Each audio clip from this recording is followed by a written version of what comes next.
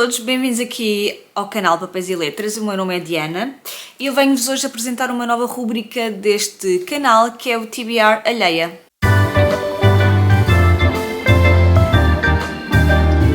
Bom, para quem não está familiarizado com o nome TBR é uma lista de livros ou uma pilha de livros que a pessoa quer ler, pode ser do mês, de 3 meses, do ano, quer que seja. E eu, inspirada nos vídeos da Tamires, do canal Resenhando Sonhos, eu vou colocar essa playlist aqui na caixa de descrição, tem uma rubrica chamada Deu Match, em que consiste em, ela escolhe determinados criadores de conteúdos relacionados com os livros e seleciona 5 livros para ler, para ver de que forma é que, em termos literários, ela e essas pessoas são compatíveis. E eu achei a ideia muito gira, eu já a sigo, é uma das youtubers que eu já sigo há mais tempo, e eu achei a ideia muito gira e decidi trazê-la para aqui também, portanto com os devidos créditos para a Tamires, mas de facto eu resolvi fazer a mesma coisa, nos moldes um bocadinho diferentes, mas então passo a explicar. Então eu vou escolher sempre uma pessoa desta comunidade dos livros para me darem recomendações de livros para eu ler. E como é que isto funciona? Eu peço uma lista de 10 livros, eu não vou ler os 10 livros, mas eu peço uma lista de 10 livros em que eu vou escolher 3. Portanto, a pessoa não sabe que livros é que eu vou escolher. Portanto, eu vou escolher 3 e um deles é uma recomendação direta. Portanto, um deles, estas pessoas dizem-me, vais ler este. Pronto. Portanto, um livro é uma recomendação direta e os outros 3 eu escolho dessa lista de 10 que as pessoas me dão. E normalmente aquilo que eu peço é que sejam 10 livros que a pessoa já tenha lido, que sejam favoritos, independentemente delas pensarem se eu vou gostar ou não, ok? Não é esse o objetivo. O objetivo não é recomendarem-me livros que elas acham que eu vou gostar. O objetivo é que me recomendem livros que elas gostaram e depois eu vou lê-los, alguns, e ver se há algum tipo de compatibilidade literária entre nós. E por isso achei que esta rúbrica, este quadro, me ajude também a abrir horizontes, a ler coisas diferentes, também a perceber quem é que a outra pessoa que eu escolher é, em termos literários, e portanto está na altura de apresentar a primeira vítima, a primeira vítima deste quadro, que foi a Sandra Betancourt. A Sandra Betancourt, de quem eu já falei aqui algumas vezes, fui visitá-la agora há pouco tempo a Coimbra, é ela que está a organizar um ano na Terra-média, portanto em que estamos a ler, no meu caso a reler O Hobbit e O Senhor dos Anéis, e portanto tornou-se uma pessoa muito querida, de quem eu gosto muito, com quem eu falo bastantes vezes, e portanto achei, why not? Vamos já pegar na Sandra para fazer este quadro. Então ela deu uma lista de 10 recomendações, eu escolhi 3 e o livro, a recomendação direta que ela me deu, eu já estou a filmar isto, depois de já ter, só para vos informar, eu já estou a filmar isto depois de já ter lido tudo aquilo que eu escolhi e a recomendação direta dela. Portanto, os takes que vocês vão ver a seguir, que são no passado, não é? Eu já os fiz. Mas pronto. Então agora eu vou-vos deixar com a Sandra a explicar a escolha dela. Vamos ver se vocês conseguem ouvir como deve ser. Olá, Diana! Olá a todas as pessoas que seguem a Diana. Então, eu sou a Sandra e a Diana pediu-me para fazer assim uma seleção de livros que fossem importantes para mim e que eu gostava que ela lesse, sendo que pelo menos um desses teria que ser obrigatório. Eu estou super feliz por este convite, estou mesmo muito contente por a Diana se ter lembrado de mim para fazer esta escolha.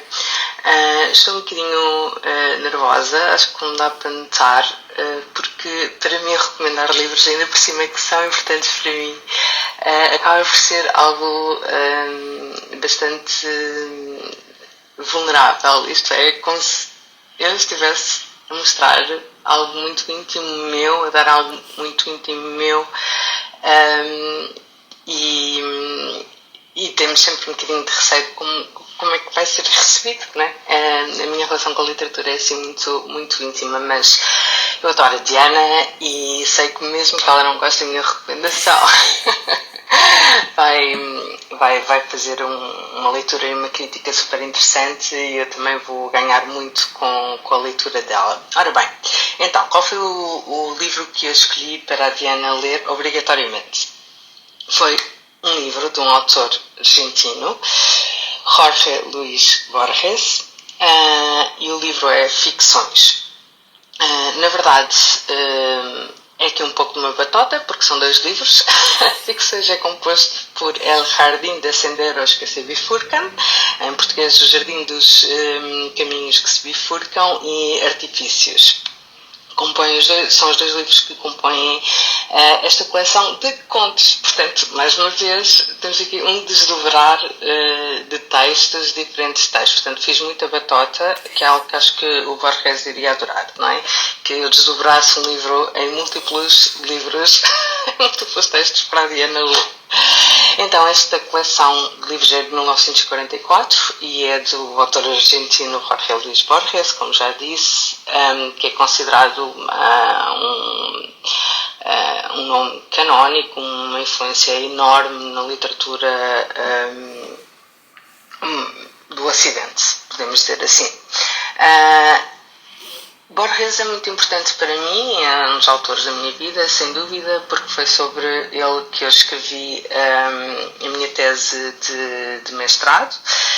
Já lá vão 14 anos e, curiosamente, tenho estado assim a preparar o meu regresso a Borges, a quem não regressei durante estes 14 anos, porque quem escreve tese sabe que ficamos saturados durante um tempo, mas com respeito imenso pela obra de Borges, que sou completamente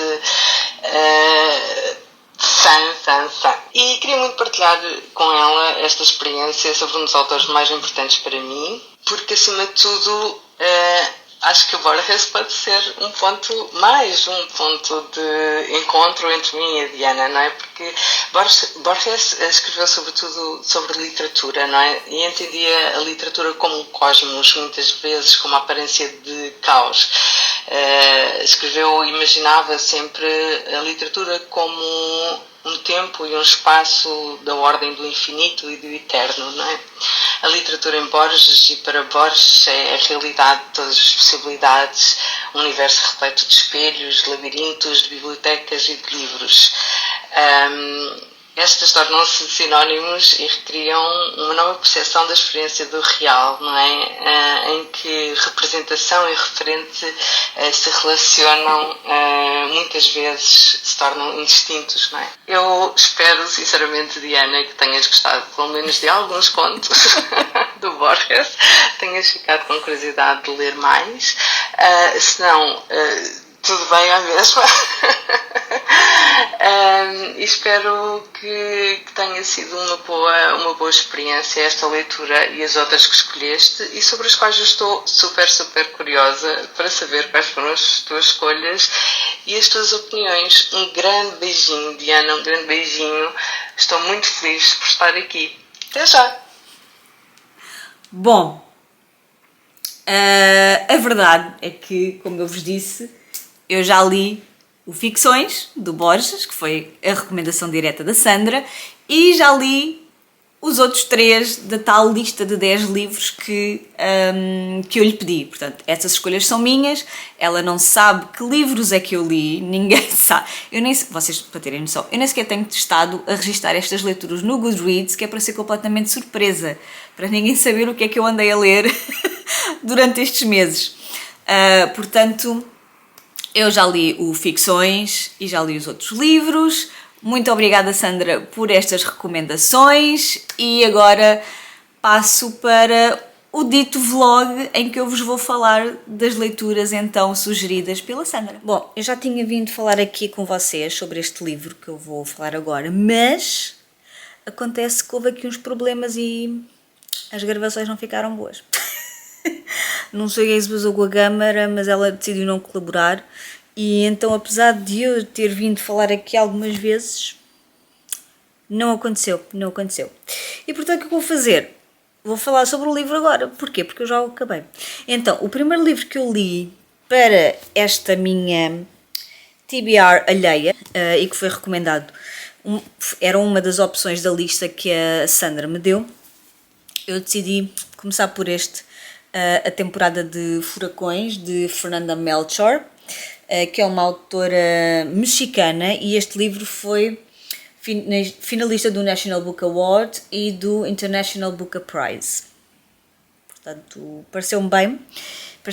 Eu nunca tinha lido nada desta autora, portanto, completamente desconhecida, mas a sinopse parecia-me bem, esta capa é muito gira e, portanto, conquistou-me e eu comecei a ler este livro. Ora bem, o que é que nós temos aqui neste livro? Neste livro nós temos uma história que não é muito complexa.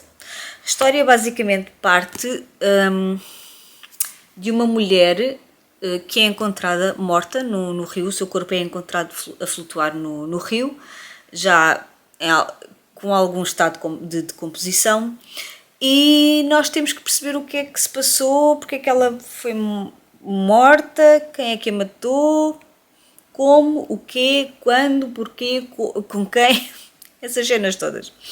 E então nós somos aqui levados à história de uma pequena localidade, assim uma espécie de vila, que se chama La Matosa, no México, e em que aquelas típicas vilas em que toda a gente se conhece, toda a gente sabe os mexericos da aldeia, os podres das pessoas, estão a ver o típico, ok?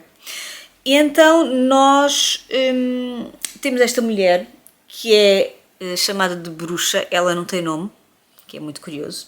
Ela não tem nome, é simplesmente conhecida por bruxa porque é ela que as pessoas, principalmente as mulheres, recorriam para mezinhas, para aquelas coisas de eu quero atrair, gosto daquele homem, quero atraí-lo, faz-me aí uns feiticinhos para eu conseguir apanhá-lo, ou para o meu marido não me trair, ou para, enfim, esse tipo de coisas. Então ela era considerada e era chamada de bruxa, não tinha outro nome, e entretanto há um dia que ela aparece então morta, e o seu corpo está a flutuar no rio, portanto vamos sendo levados aqui depois à história de vários personagens que vão estar interligadas com este acontecimento, estão relacionados com a morte da bruxa, mas o livro,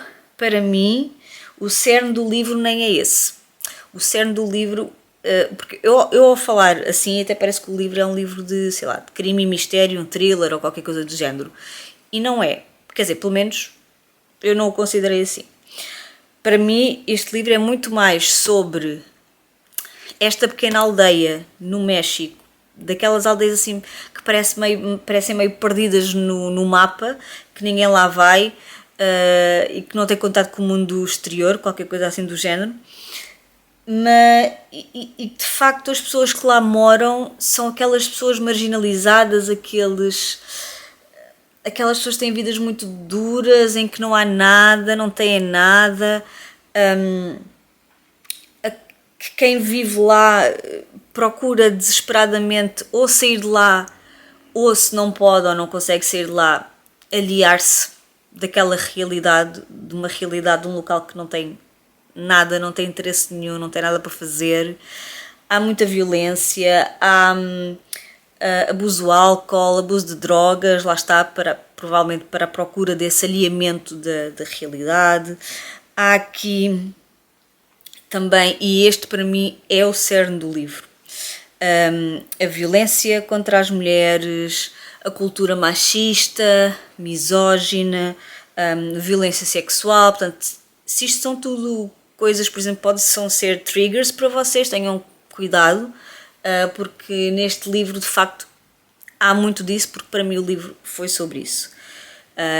E como é que numa sociedade e numa cultura que é assim, que é machista, que é misógina, que vê quase como normal a violência contra as mulheres, seja ela violência física, verbal, sexual, whatever, e do quão difícil é uma mulher sobreviver, já nem digo viver, né? Já nem digo viver, mas sobreviver neste ambiente onde o feminicídio é quase corriqueiro, é comum, toda a gente conhece algum homem que matou uma mulher, seja por que motivo for, e portanto isto é quase, esta violência é quase comum, normalizada nestas culturas, e nesta aldeia, nesta vila em específico desta história. O livro pareceu-me assim quase um carrossel, e não estou a dizer isto no mau sentido, atenção, um carrossel de situações grotescas e angustiantes, pela forma como elas são retratadas e contadas, pelas coisas em si que se passam dentro da narrativa, e nesse sentido eu acho que é muito, que se interliga muito com o tema que também está a ser tratado aqui, não é? A questão da violência, que é ela própria uma coisa grotesca e horrível. Depois estes espaços também, porque aqui são descritas algumas ruas, praças, algumas casas, tudo isso, que há numa vila ou numa aldeia, como é óbvio, mas estão quase todas em ruínas ou decadentes, ou com, sei lá, paredes a cair, ou portas que não fecham como deve ser, janelas que estão fechadas e não abrem, coisas assim desse género. E para mim, este espaço em ruína, em decadência, também representa a degradação moral destas personagens por causa dos acontecimentos que são aqui narrados. Portanto, há aqui uma ligação também entre o espaço e a própria narrativa. Depois nós temos aqui também uma escrita muito particular, e foi isso que dificultou a minha ligação com este livro. A escrita da autora, da Fernanda Melchor, é uma escrita muito particular, sem grandes pausas narrativas, muito torrencial, muito próxima da oralidade. Estão a ver quando vocês estão a contar uma história qualquer que ouviram falar de alguém, e então é muito, às vezes muito pouco linear, anda para trás, anda para a frente, volta para o meio, depois anda outra vez para trás, não é? Aquela coisa do, sabes, eu não sei das quantas que passou por isto, mas antes precisas de saber que eu não sei das quantas fez isto assim, porque depois lá, 3 meses depois, fez não sei o quê. Pronto. É uma coisa assim desse género. Não sei porque é que a minha câmera está a focar e a desfocar. Não sei se é da falta da luz.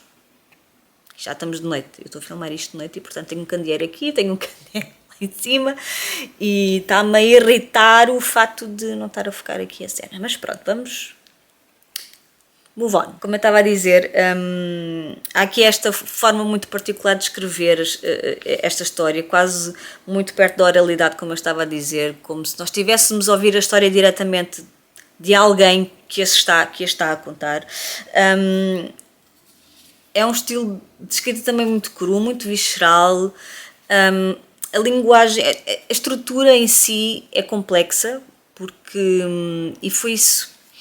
Eu não tenho problemas com estruturas complexas, atenção, mas o que aconteceu foi que eu senti que não tinha pausas para absorver aquilo que estava a ler, para perceber de quem é que se estava a falar e de que altura é que se estava a falar e como é que isso se interligava. Eu às tantas falava de personagens que eu às tantas pensamos, quem é este? Este é o primo, ou é o irmão, ou é o tio, ou é...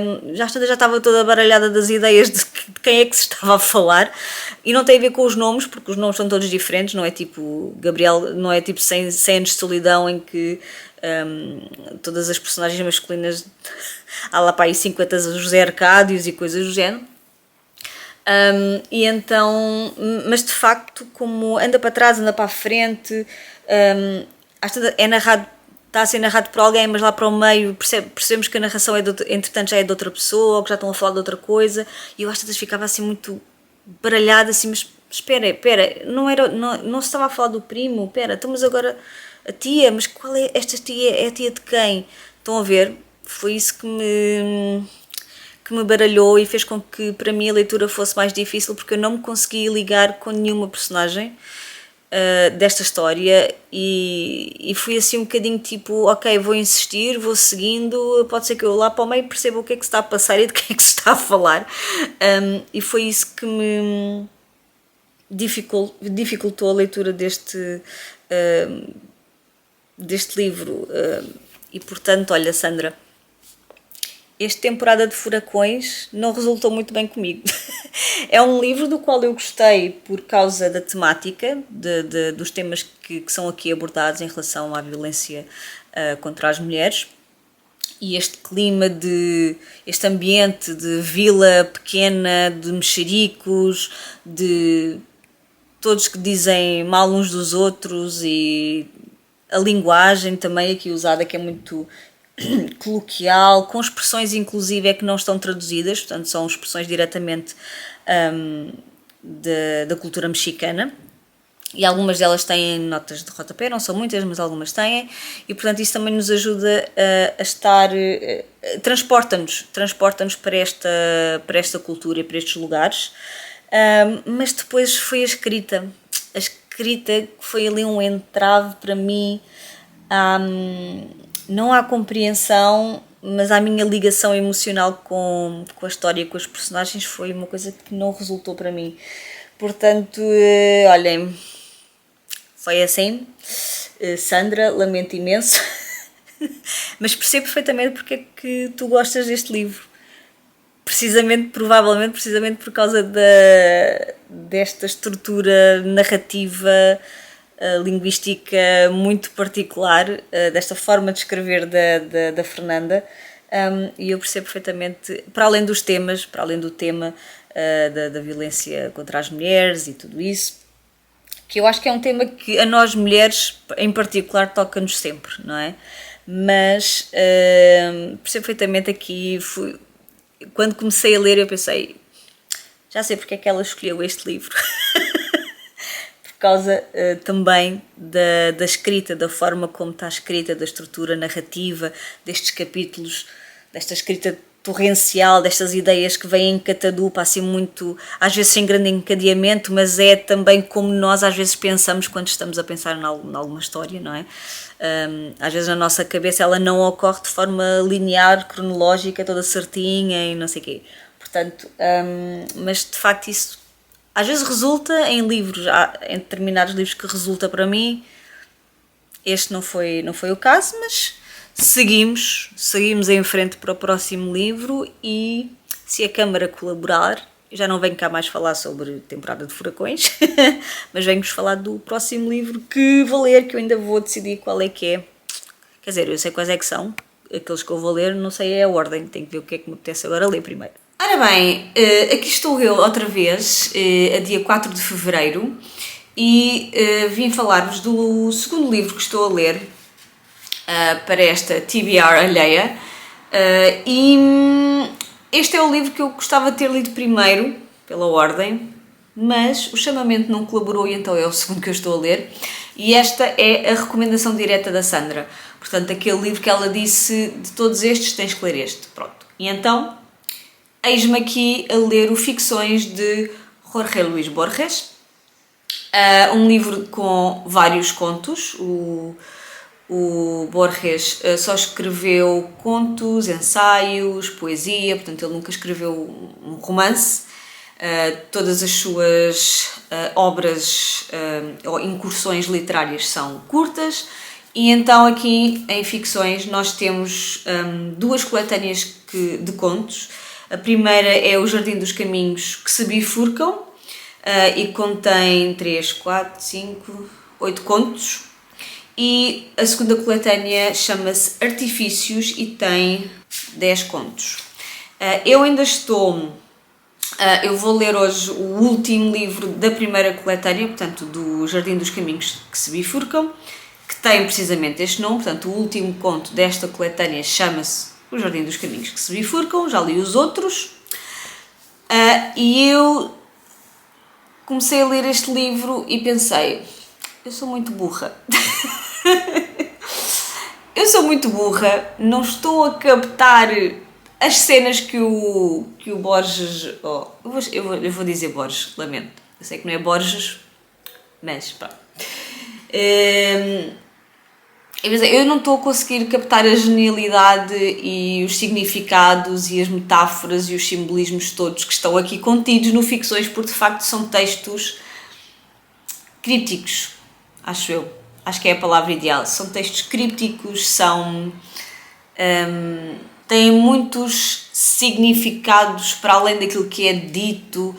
Há aqui metatexto, metalinguagem, e eu estava-me a sentir muito burra. E então o que é que eu fiz? Eu fui ao YouTube e fui ver o canal da Tatiana Feltrin, que é uma booktuber brasileira que eu sigo já há muitos anos, e eu sabia que ela tinha um vídeo dedicado só ao Ficções do Borges, em que ela vai falar de cada conto individualmente e vai explicar algumas coisas, ou seja, não é um vídeo de opinião, não é um vídeo de agora li este conto, é muito giro, não sei o quê, não é isso. Ela vai de facto dar algumas luzes para nós podermos decifrar aquilo que está aqui escrito, e eu fui complementando também com leituras que vou fazendo online também na internet, de análises destes contos, para perceber de facto o que é que está aqui escrito.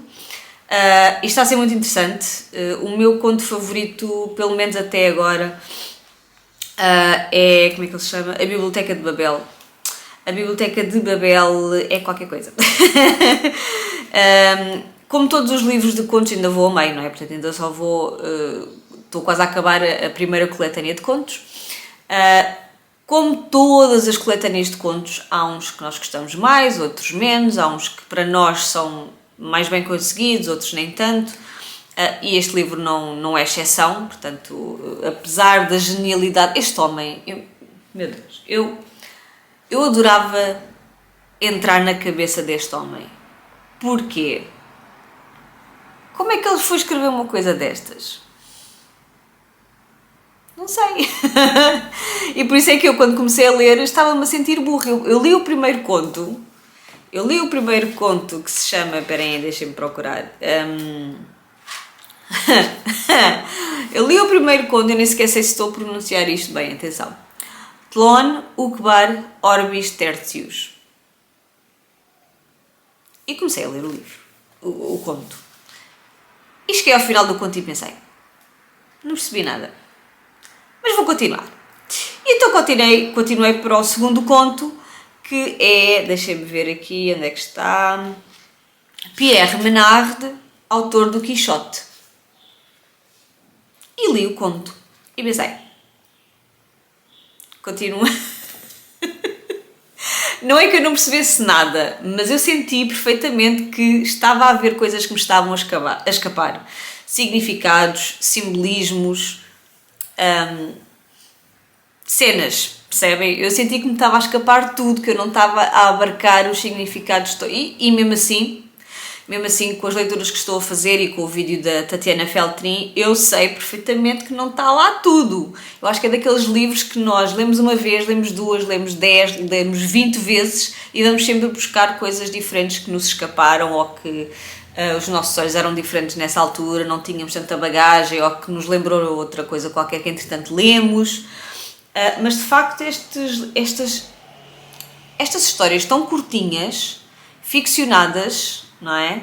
É tudo ficção. Portanto, ele inventa, é incrível, ele inventa aqui autores, inventa uma vida para esses autores, inventa-lhe obras, faz o resumo dessas obras inventadas. É uma cena completamente fora do normal. E de facto, a Biblioteca de Babel, que até agora foi o meu favorito, fez-me muito lembrar O Nome da Rosa. Quem já leu O Nome da Rosa, e se não leram, fica já aqui o repto, vão ler, por favor. É um dos meus livros favoritos da vida, eu já o li 2 vezes, e das 2 vezes adorei, e da segunda vez que li tinha mais bagagem e portanto consegui retirar muito mais coisas daquele livro, até porque quando o li, eu estava na licenciatura a primeira vez que o li. E entretanto li-o há 3 anos, talvez há 3 anos, reli-o, e é assim, para quem não sabe, eu sou medievalista, portanto eu trabalho academicamente, eu trabalho temáticas ligadas à literatura medieval e à Idade Média, à cultura da Idade Média, principalmente inglesa, e portanto, eu quando li aquele livro pela segunda vez pensei, abriu-se todo um mundo novo, estão a ver? Tipo, a whole new world, pronto, é isso. E eu pensei, uau, escapou-me aqui tanta coisa, precisamente porque eu não tinha a bagagem literária, académica, cultural necessária para perceber muitas das coisas que estavam ali, embora da primeira leitura eu tenha gostado muito daquele livro. E agora, quando estava a ler o Ficções e estava a ler a Biblioteca de Babel, eu pensei, isto é a biblioteca lá do convento ou do mosteiro, já não me lembro, do Nome da Rosa. Porque vocês têm que ler. Vocês têm que ler a Biblioteca de Babel e depois vão ler o Nome da Rosa, está bem? Do Humberto Eco.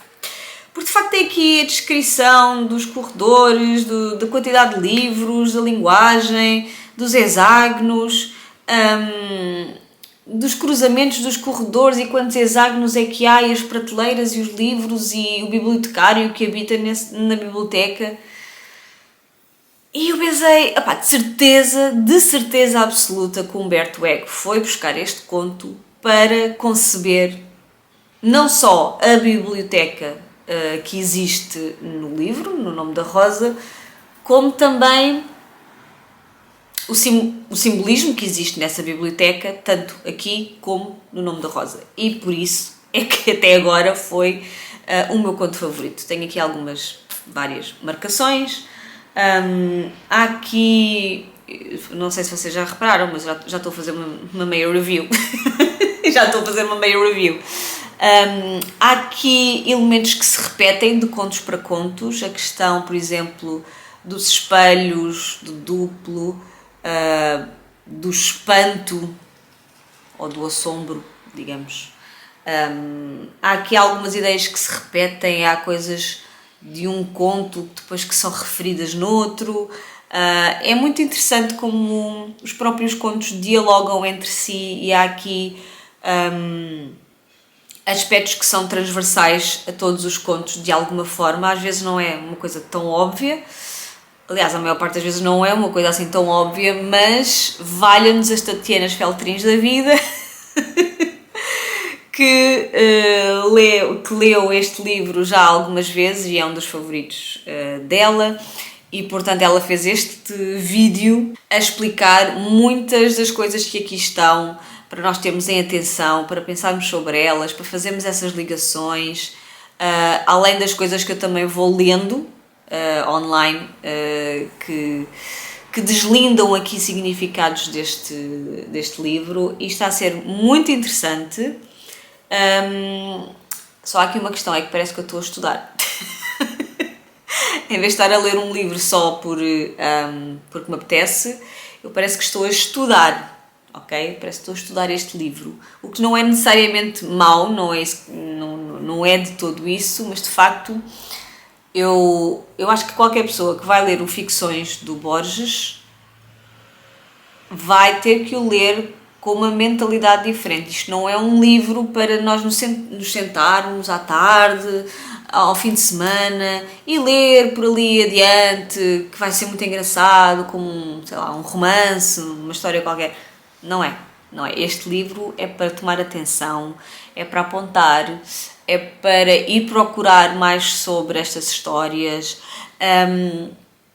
e portanto a leitura deste livro é completamente diferente de qualquer outro livro, mesmo tratando-se de ficção, não é? Isto não são propriamente ensaios, isto não é não ficção, mas de facto tem que se ler com outros olhos, com outra cabeça. E por isso é que eu hoje estou aqui no escritório, como vocês estão a ver, assim meio desorganizado e desarrumado, mas pronto, é assim. E por isso é que eu estou aqui, porque estou com o computador, estou com o meu caderninho a escrever, portanto a anotar cenas porque, sobre cada conto, porque de facto este livro exige uma leitura e uma atenção diferentes. E estou a gostar, pelo menos até agora eu estou a gostar.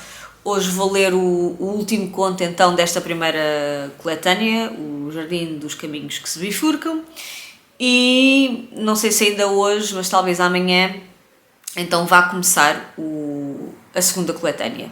E pronto, e eu quando terminar ou quando tiver mais coisas para dizer sobre este livro gigante, em sumo, em conteúdo, depois vem cá outra vez dizer-vos coisas. Alô! Bom, coisas a cair ao chão.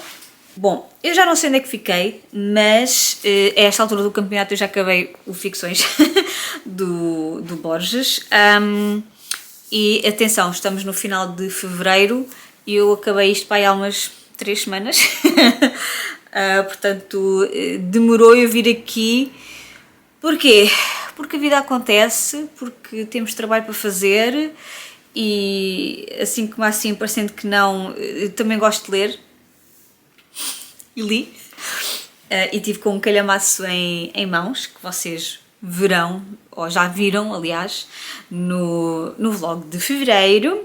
Mas, pois bem, eu terminei este livro, Ficções, e o que eu tenho a dizer? O que eu tenho a dizer é que gostei deste livro, atenção, gostei deste livro, gostei das questões aqui que ele invoca, das temáticas, da forma como ele está elaborado, destes elementos fantásticos no sentido de fantasia, que o Borges aqui coloca, para falar sobre o próprio processo de criação de histórias, das narrativas,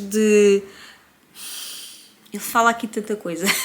Como eu já disse no início, quando estava a ler ainda este livro, eu sinto que este livro é uma boa base de estudo para, sei lá, teoria literária, por exemplo. Porque, de facto, está aqui muita coisa, E eu sinto que, eventualmente, na minha vida eu vou ter que voltar a ele. Eu vou ter que voltar a ele porque eu tenho a certeza absoluta, mesmo com os vídeos de ajuda da Tatiana Feltrin, eu não atingi tudo. Eu não fiquei com as ideias todas aqui, de certeza absoluta. Mas gostei bastante destes contos. Deixem-me ver aqui favoritos que eu vos possa dizer. Aqui tem que ir ao índice, não é? Ora bem, eu gostei muito como eu já disse na primeira parte em relação a este livro, gostei muito da Biblioteca de Babel. Acho que da primeira coletânea, do Jardim dos Caminhos que se Bifurcam, é a minha favorita, é esta Biblioteca de Babel. E depois da segunda metade, ou da segunda coletânea, gostei muito aqui do... Esperem aí... O Milagre Secreto e três versões de Judas. Foram os meus 3 contos favoritos. Há aqui outros que eu também... Eu gostei praticamente de todos, mas estes 3 foram aqueles que me chamaram mais. Temos aqui, como eu já disse na primeira parte do vídeo, o tema do duplo, estes temas que são transversais a todos estes contos e alguns até têm ligações uns com os outros. Portanto, o tema dos espelhos, do duplo, da imaginação, da capacidade criativa, as questões em que os outros se refletem em nós e nós refletimos nos outros. Então será que o um é o todo e o todo é o um? Dito assim, isto não faz muito sentido, mas lendo os contos do Borges, isto fará mais sentido, como é óbvio. Fala-se também aqui da relação que o artista tem com a própria obra, fala-se da eternidade, da criação artística ser equiparada à criação humana ou ao contrário. Será que a realidade cria a ficção ou a ficção cria a realidade? Está aqui muita coisa e eu tenho um caderninho que eu acho que já mostrei também. Neste caderno eu anotei as várias ideias que me iam passando pela cabeça, auxiliada também pelo tal vídeo da Tatiana Feltrin, em que ela aborda, vai esmiuçar um bocadinho mais cada um destes contos. Não é uma análise literária extensiva, porque não é esse o objetivo do vídeo dela, mas de facto também tem lá muita coisa, algumas das coisas com as quais eu concordei, outras coisas que eu nem sequer tinha apanhado, mas que fazem sentido, outras coisas que eu também já tinha percebido. Este livro é um poço sem fundo, porque quanto mais nós lemos, acho eu, mais significados e mais coisas nos vão chamando a atenção. Portanto, é um livro riquíssimo. Eu nunca tinha lido nada do Borges, foi o meu primeiro contacto. E, epá, olha, gostei, fiquei muito bem impressionada. E acho que a Sandra acertou. Acertou neste livro, embora este livro não seja daqueles livros que se lê assim, tipo, num fôlego, não é? Apesar de ser contos e que é ficção mais curta, mas vai puxar muito pela nossa cabeça, mas não é... o puxar pela nossa cabeça é pela quantidade de possibilidades que estes contos nos oferecem a nível de reflexões e de questões que nos colocam. Não é um livro difícil, ou seja, quando nós lemos, nós não estamos a ler e a pensar: meu Deus, isto é super crítico e misterioso e usa aqui palavras e construções de frase que é difícil compreender o que o autor... Não é isso. O que acontece é que quando nós fechamos um conto, ficamos assim, a pensar na vida, a ter crises existenciais e literárias, e o assombro, que aqui é traduzido como espanto, mas na tradução brasileira, pelo que eu percebi, é traduzido como assombro, e eu gosto muito mais dessa palavra, acho que faz muito mais sentido. É algo transversal não só às histórias, mas também, acho eu, pelo menos falo por mim, mas também em relação àquilo que o próprio leitor pode sentir com estes contos, que é assombrado. Assombrado no sentido de reverência, de a pessoa ficar completamente embasbacada a ler estes contos e a pensar nas ramificações que eles podem ter, não só dentro da própria coletânea de contos, até outras coisas. Aliás, houve um conto aqui, deixem-me ver aqui ao meu caderninho, que eu já não me lembro qual é que era, mas houve um conto que eu inclusive disse: meu Deus, será que o Christopher Nolan leu este conto? Porque foi no Milagre Secreto, um conto chamado Milagre Secreto.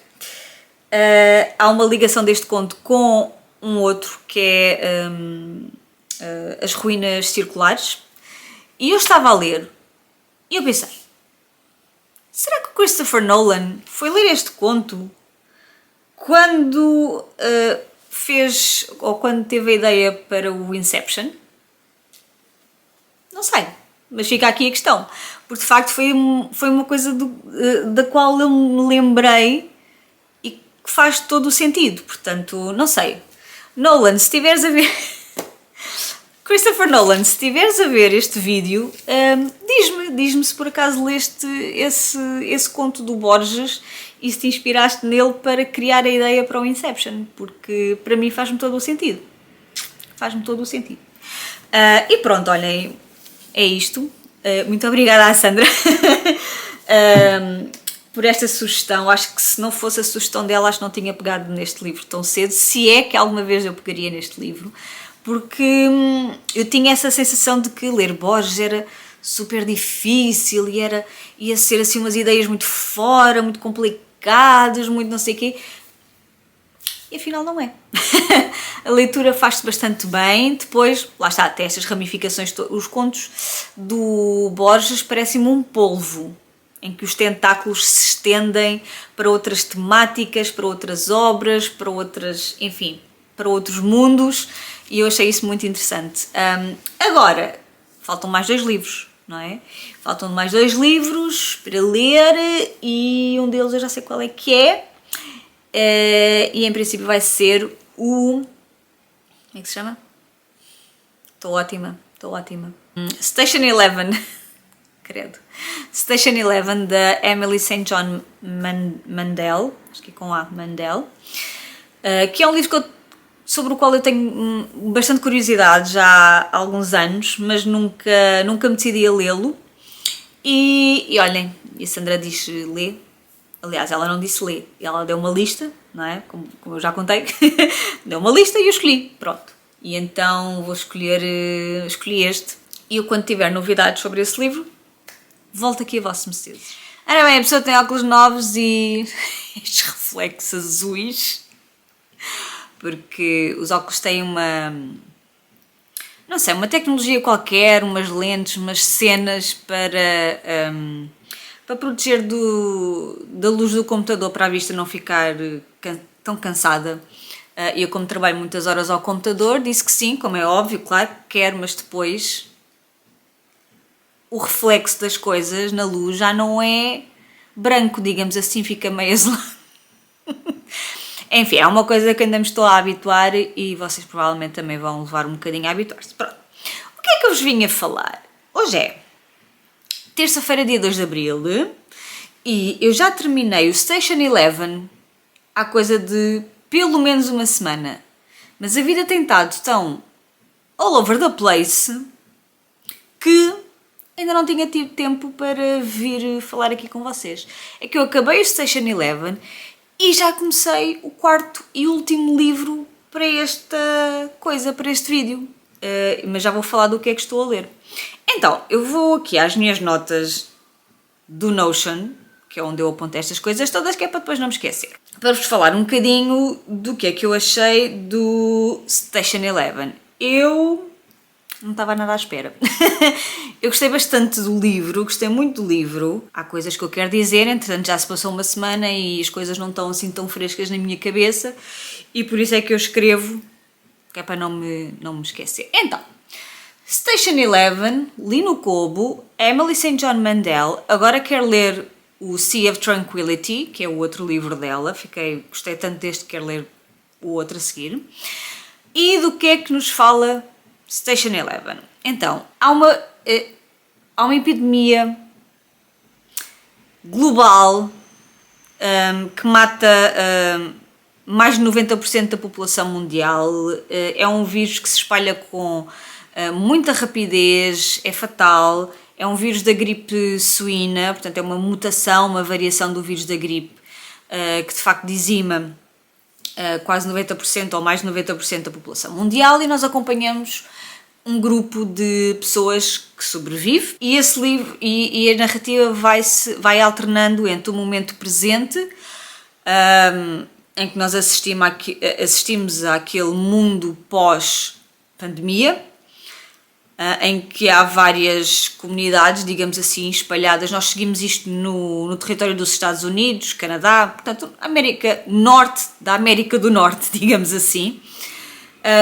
E então nós temos aqui a visão do que é o mundo pós-pandemia, um mundo completamente, mesmo aquele cenário pós-apocalíptico.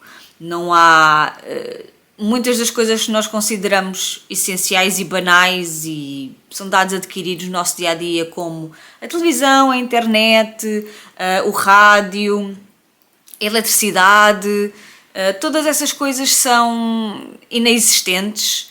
As pessoas que eram vivas antes da pandemia sabem o que é que isso é e têm essas memórias, mas as pessoas que ou eram crianças nessa altura ou ainda não tinham nascido, ou tinham tipo assim, sei lá, 2 anos, 3 anos, não se lembram, não sabem o que é televisão e um computador com internet, digamos assim, e o que é eletricidade, e enfim, todas essas coisas que nós já damos já são consideradas quase como bens essenciais para a nossa sociedade funcionar.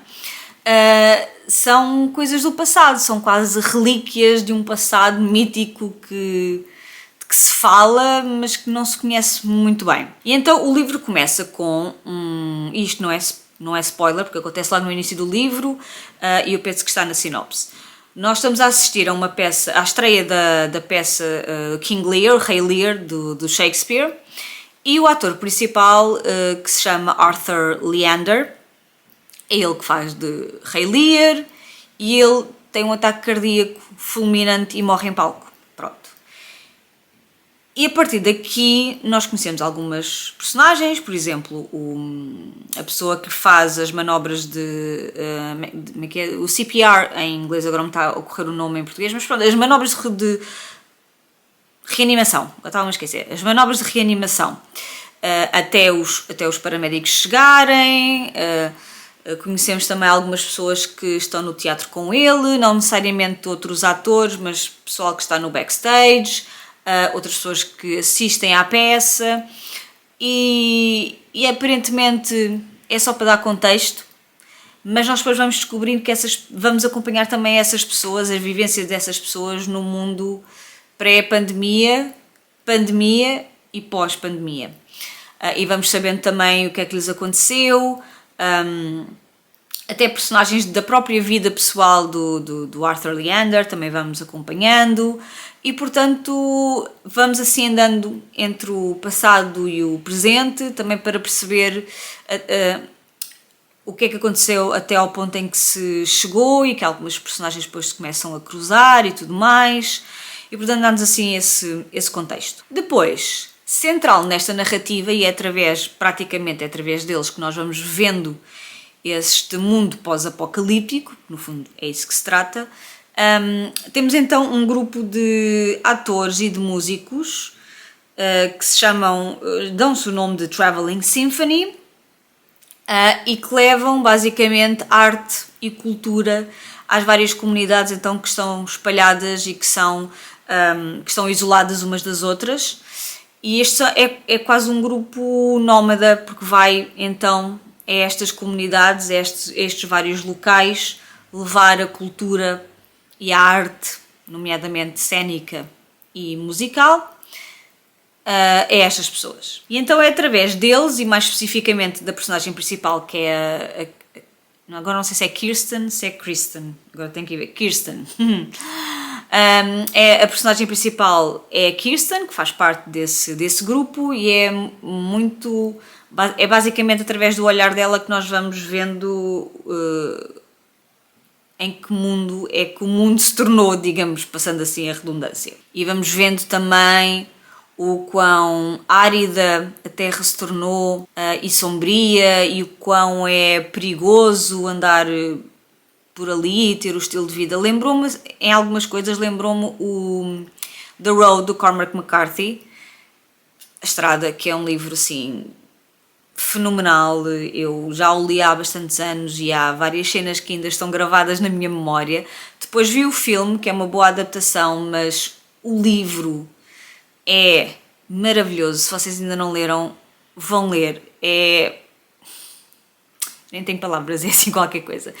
E fez-me lembrar algumas coisas, fizeram-me lembrar este livro, ou este livro é que me fez lembrar o do Cormac McCarthy, porque nos fala de facto da sobrevivência das pessoas neste mundo meio sombrio, árido, devastado, sem grande vida, percebem, sempre com muito medo do que é que se pode achar nos caminhos e nas localidades e nas casas que eles encontram, algumas estão vazias, outras não, e acabam por aproveitar como abrigo também, e portanto é assim um mundo em que é muito difícil sentir-se seguro, seja sozinho, seja com outras pessoas. Tem que estar sempre à cautela, ver se, enfim, perigos, se há perigos ali à volta, e normalmente esses perigos são mais humanos do que animais, porque é a lei básica da sobrevivência, não é? Aquela coisa do kill or be killed, e são situações extremas, não é? De limite, e que as pessoas têm que fazer tudo aquilo que for preciso para sobreviverem. E portanto este livro, como eu disse, há várias coisas que não existem, e há um certo tom de nostalgia em relação a essas coisas, porque há personagens que ainda se lembram do que é ter uma televisão e ouvir rádio, e ter internet e comunicar com pessoas do outro lado do mundo. E há uma certa nostalgia por esses objetos, por essas tecnologias, por esses momentos passados, até coisas simples como reunir um grupo de amigos para jantar e ouvir música, ir ao teatro, ir ao cinema, viajar. Todas essas coisas acabaram. Como é que é o mundo sem isso tudo, não é? E de facto há aqui algumas personagens que ainda se lembram desse mundo e por isso é que há esse tom de nostalgia, de um passado que já não dá para se recuperar, porque apesar do mundo atual da narrativa ser bastante sombrio, quem já nasceu naquele mundo e não sabe o que era antes é a única realidade que conhece, portanto não sente falta daquilo que nunca teve. E não estou a dizer que é mais fácil ou que é mais difícil, são realidades diferentes e portanto não sentem falta da internet ou da televisão ou da rádio, porque não sabem o que é isso. Para eles é uma coisa que nem sequer, como é que isso é possível, não conseguem visualizar essa realidade. Quem viveu e quem experienciou essas coisas, sim, sente falta, tem essa memória, e o livro também nos fala muito sobre as nossas memórias, não só destas coisas, como das pessoas, de um mundo que já não é, do mundo que já não é igual na sua sociedade, na sua cultura, na sua tecnologia, as coisas estão muito dispersas, muito à base da lei da sobrevivência e portanto é muito difícil criar também ali laços, digamos assim. E é claro que, como é óbvio, quer dizer, para mim é óbvio, há uma comunidade que tem um profeta, claro. No meio destas coisas todas, normalmente a religião é... E atenção, quando falo de religião, não é propriamente a religião católica ou a religião muçulmana ou a religião... Não é isso. Há um homem que se diz profeta,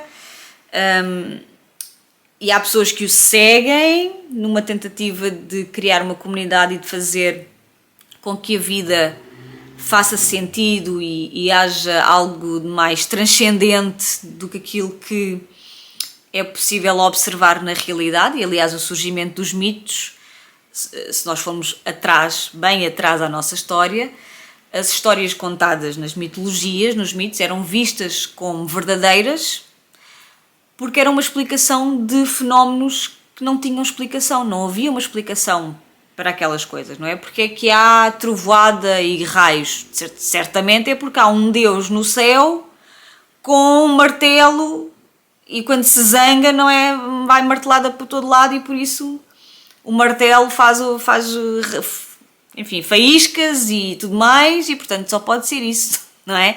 Um martelo gigante. E por isso é que há trovoada e raios e essas coisas todas.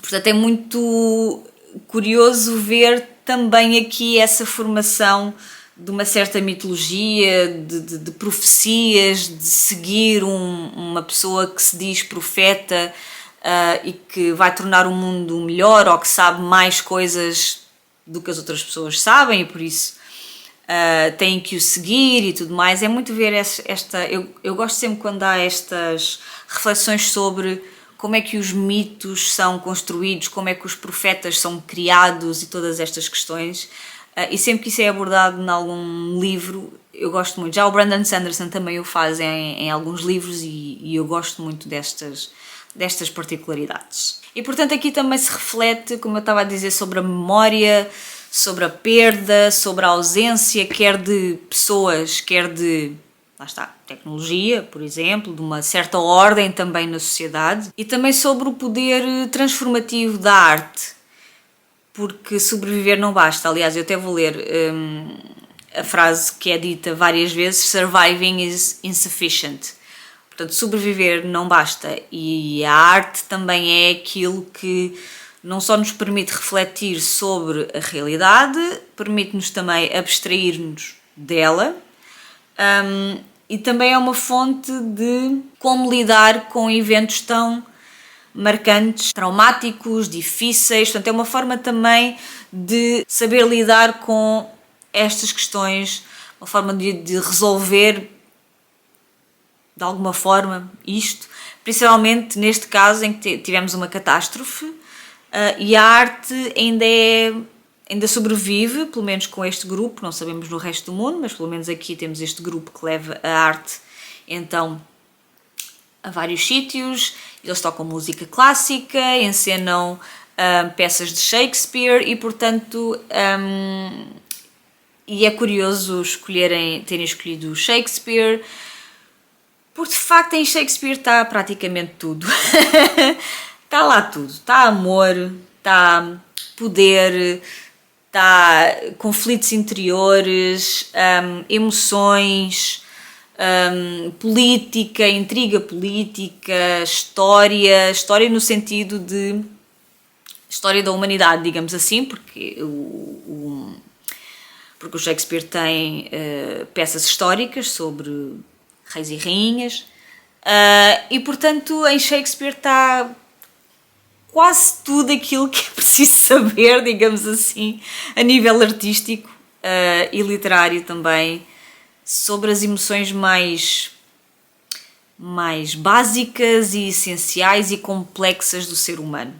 E eu, se calhar, eu acho que foi por isso que foi escolhido Shakespeare, porque tem tantas peças, tem tanta coisa, tem tanta variedade, tem humor também, peças cómicas, mas sempre que refletem sobre alguma coisa, algum aspecto da sociedade ou do ser humano, ou que criticam alguma coisa também. E, portanto, eu acho que a escolha de Shakespeare foi acertadíssima. E, portanto, o livro fala-nos essencialmente da experiência humana, de como é que é lidar com um evento destes, como é que se lida com o passado, tendo em conta que o presente é algo... O presente não, mas o futuro é algo incerto, não dá para fazer grandes planos, não se sabe o que é que vai acontecer dali por diante. Depois há personagens que no início parecem secundárias, mas depois têm uma importância vital na história, que acabam por ser desenvolvidas, o seu background acaba por ser desenvolvido e expandido, e essa importância então depois também se altera, e portanto nesse sentido também há enredos que aparentemente estão separados, não têm nada a ver uns com os outros, mas eventualmente cruzam-se e são bastante importantes. E pronto, olhem, basicamente é isto. Eu gostei bastante do livro, gostei muito da escrita da Emily St. John Mandel e obrigada, Sandra, por esta sugestão. Por agora é isto, mas no próximo take já terei mais coisas para dizer. Alô, gente deste vídeo e deste canal. Hoje é dia 7 de Abril, são quase 5 horas, eu estou à espera dos meus pais, vou lá jantar à casa deles, ainda vamos passar no supermercado, enfim, cenas. E venho-vos falar então do último livro lido para esta TBR alheia da Sandra Betancourt, que é o The Transition Baby. E eis que terminei o livro já há alguns dias, mas só hoje é que consegui vir aqui falar com vocês sobre o livro. Porque vida, né? Vida, cenas a acontecerem, muito pouco tempo, e pronto, e basicamente é isso. Então, eu estou aqui a recorrer às minhas cábulas para não me esquecer de nada. Então, o The Transition Baby, que já está traduzido para português, agora não me lembro qual é que é a editora, mas está traduzido para português, qualquer coisa como Destransição Baby. Então, este livro fala-nos de... Temos aqui 3 personagens principais, que são a Amy, uma mulher trans que depois de alguns anos faz a destransição e acaba por estar a viver como um homem. Temos a Katrina, que é uma mulher cis, que é a chefe, digamos assim, da Amy, ou aliás do Ames, quando ele faz a destransição. E temos também a Reese, que é uma mulher trans. E este livro fala-se do que é a experiência trans, do que é viver como mulher trans, todos os perigos, a violência, o preconceito que se sofre enquanto mulher trans, e o quão isso às vezes é tão intolerável para certas pessoas, como é o caso aqui de Amy/Ames, que não consegue de facto lidar com toda a violência que existe em relação às mulheres trans e acaba por fazer a destransição, então, e permanece a viver como um homem. Fala-se também daqui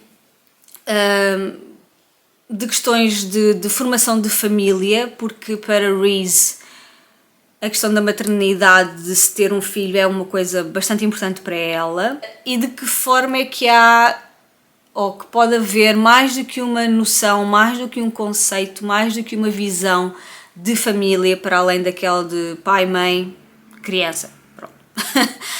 Por isso fala-se aqui, a certa altura, a Reese, o Ames e a Katrina vão tentar formar uma família, digamos assim, mas ao mesmo tempo que isso acontece, vão continuar a questionar sobre a sua identidade, sobre os papéis sociais, sobre as relações que têm entre si, as relações que têm com o mundo que os rodeia também.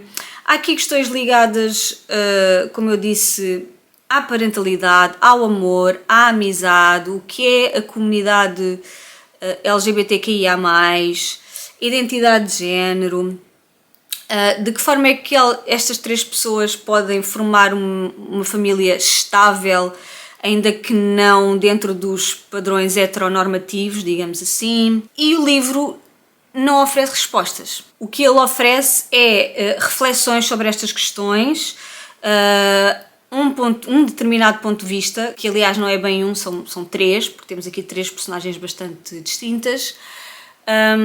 O que é que isso significa para cada uma delas, todas estas questões. E lá está, é mais uma reflexão sobre estes temas do que propriamente encontrar uma resposta ou encontrar um caminho ou dizer esta maneira é que deve ser feita ou esta maneira é que está certa, porque aquilo que nós nos apercebemos é que nenhuma maneira está certa e todas as maneiras estão certas. Portanto, há aqui uma pluralidade de visões e de vivências que são perfeitamente aceitáveis e que devem ser exploradas e que devem ser integradas na nossa sociedade. E, portanto, este livro também mostra que estes temas são complexos, são profundos.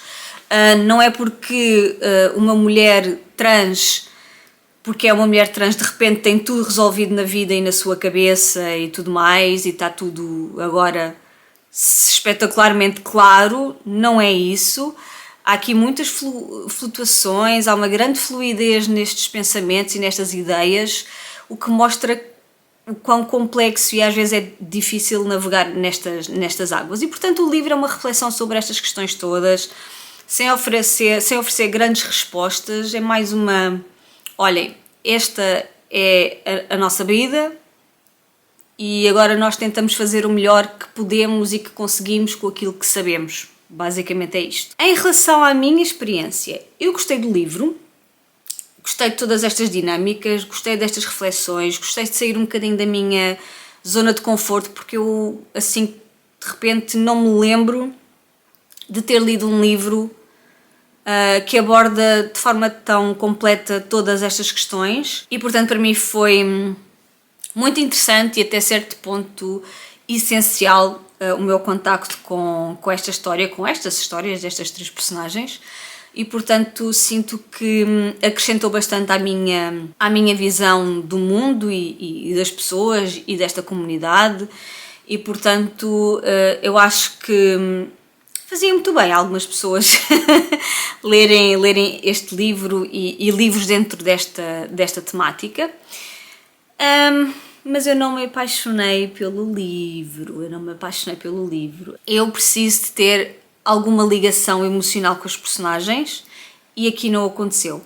E não estou a dizer que eu preciso de me sentir identificada com as personagens. Não é isso. Porque senão estava muito limitada, só alguns livros é que eu gostaria imenso, mas eu de facto preciso de sentir ali alguma ligação emocional, mental, não sei, qualquer coisa com os personagens e isso não aconteceu. Então senti-me muito como espectadora, com algum distanciamento a ver aquelas vidas e aquela história a desenrolar-se Portanto, por isso é que eu não adorei o livro. Eu gostei das temáticas abordadas, eu gostei da forma como está escrito, mas de facto houve ali alguma coisa na linguagem, na escrita da história, do livro, que não me agarrou por completo. Achei que não é uma escrita emocional, pelo menos foi o que eu senti. Não é uma escrita emocional, não é uma escrita arrebatadora, digamos assim. Acho que é uma escrita realista, pura, crua, e eu senti falta então dessa parte mais, enfim, que apelasse mais às minhas emoções, aos meus sentimentos, não sei, eu não senti nada com os personagens, isto é horrível dizer, mas pronto, eu não senti nada de facto pelas personagens e foi isso que acabou por prejudicar, digamos assim, um bocadinho a minha experiência, mas ainda assim foi uma boa experiência, foi um bom livro, um livro muito necessário também para perceber um bocadinho o que é esta coisa de ser uma pessoa trans e como é que é viver como pessoa trans. Ainda assim considero que foi uma boa experiência e gostei, nesse sentido, gostei desse livro, mas pronto, e agora venho aqui para outro take, fazer as conclusões, porque as pessoas de quem eu estava à espera já chegaram. E agora tenho que mirar. Pois é, e chegamos ao final deste primeiro vídeo da TBR alheia. Espero que tenham gostado e agora venho fazer assim um resumo das leituras e venho atribuir pontuação. Achei que era giro estabelecer aqui, tal como a Tamires faz no canal dela. Ela no final de cada vídeo faz uma espécie de termómetro de compatibilidade em que ela atribui nota de 0 a 2 a cada livro e depois tem uma espécie de ranking de todas as pessoas que ela já... a quem ela já pediu estas recomendações e fez, e depois tem assim uma espécie de ranking com quem é que ela tem mais compatibilidade. Achei que era uma coisa engraçada, vou fazer também isto, como é óbvio, vale o que vale, é só para ser engraçado. Mas eu, em vez de atribuir pontuação de 0 a 2, o que eu fiz foi atribuir pontuação a cada livro de 0 a 5 e depois fazer a média.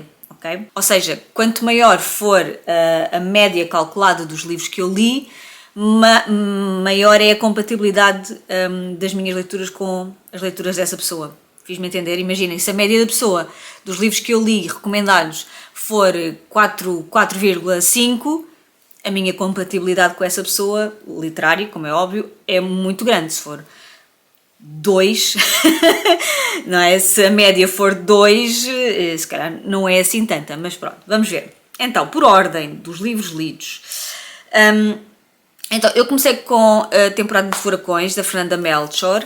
Foi um livro impactante, mas que eu tive alguns problemas por causa da forma como ele estava construído, da própria linguagem, da própria mancha de texto. Foi um livro que eu achei difícil de entrar e a certa altura, houve alturas, aliás, em que tive dificuldades em me situar, em perceber de quem é que se estava a falar e, portanto, a minha experiência de leitura sofreu um bocadinho por isso. Eu dei-lhe 3 estrelas, eu estou-me a basear nas classificações do Goodreads, que são de 0 a 5, que eu acho mais apropriadas. Portanto, eu a este livro vou dar 3 estrelas, foi um livro que eu gostei.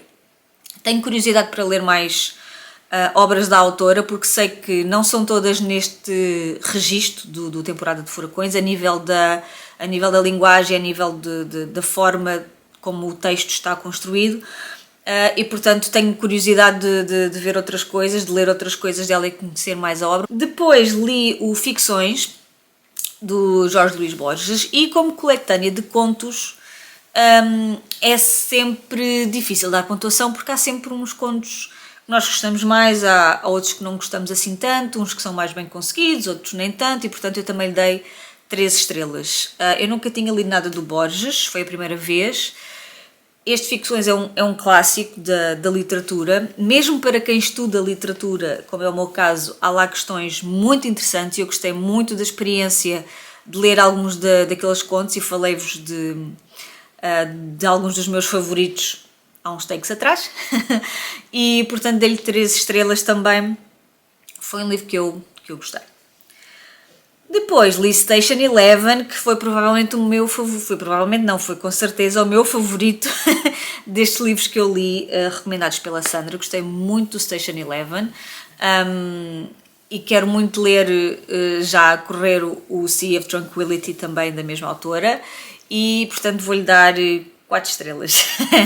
Porque foi um livro que eu gostei muito da história em si, do ambiente que ali é criado, aquele ambiente pós-apocalíptico.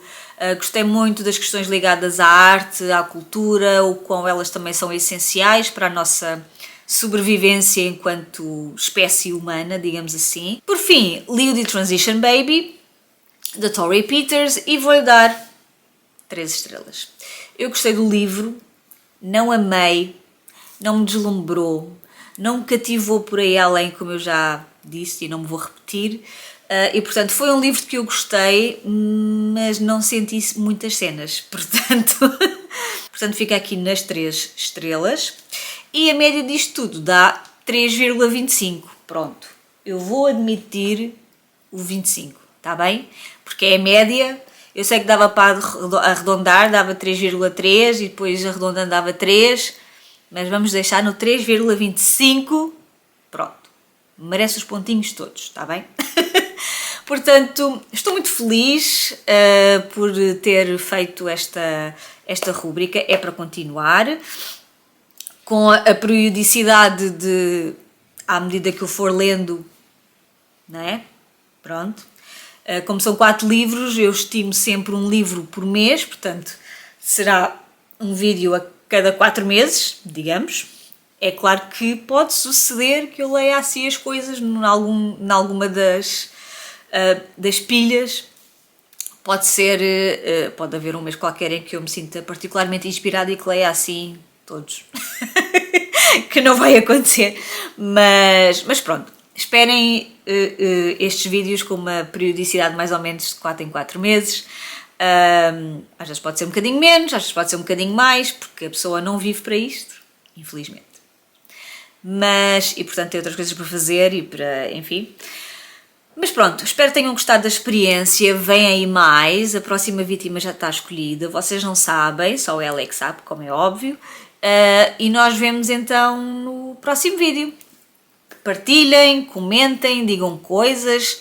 Há alguém que vocês queiram muito ver nesta rúbrica? Já tenho algumas pessoas pensadas, como é óbvio, bastantes até, mas se houver assim alguma em particular que vocês queiram, ai meu Deus, tens mesmo, ponham nos comentários, digam-me, e pronto, é isto, obrigada e até ao próximo vídeo.